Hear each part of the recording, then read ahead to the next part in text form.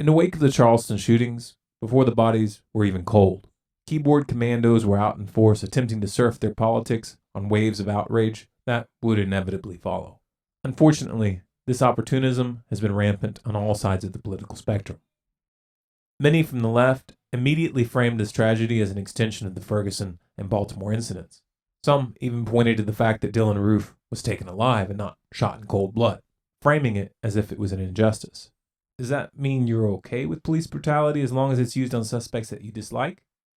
You might want to think that through a bit more.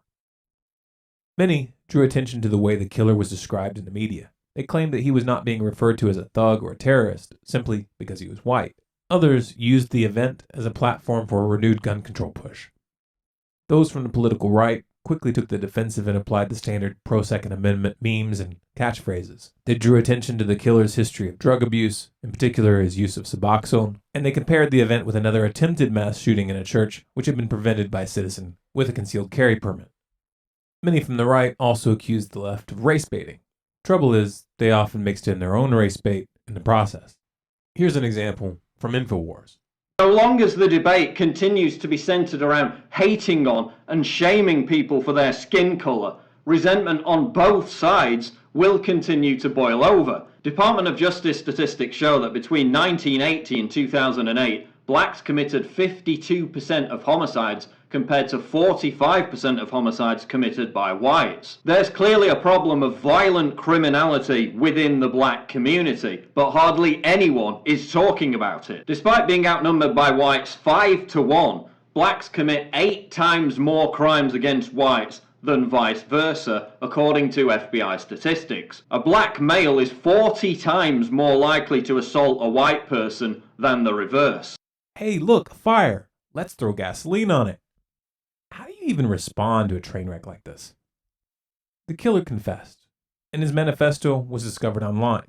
At this point, it is abundantly clear that the killings were racially motivated. In fact, he admitted that his goal was to start a race war and to bring back segregation, hence his fascination with the apartheid states of South Africa and Rhodesia.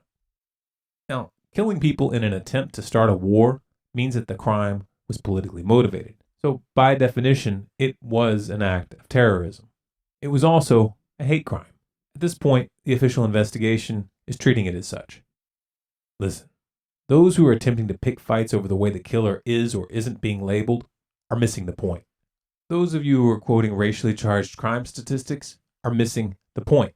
Each and every one of you who are framing this tragedy in terms of one race against another are missing the point.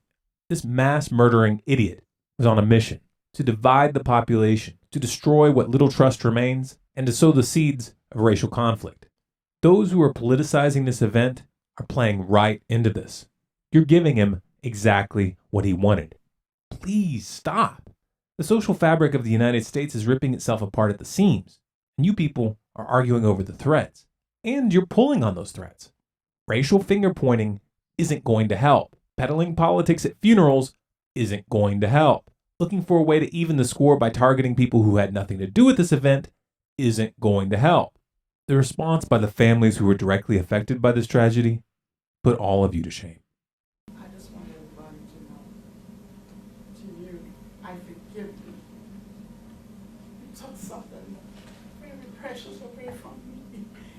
I will never talk to her ever again. I will never be able to hold her again.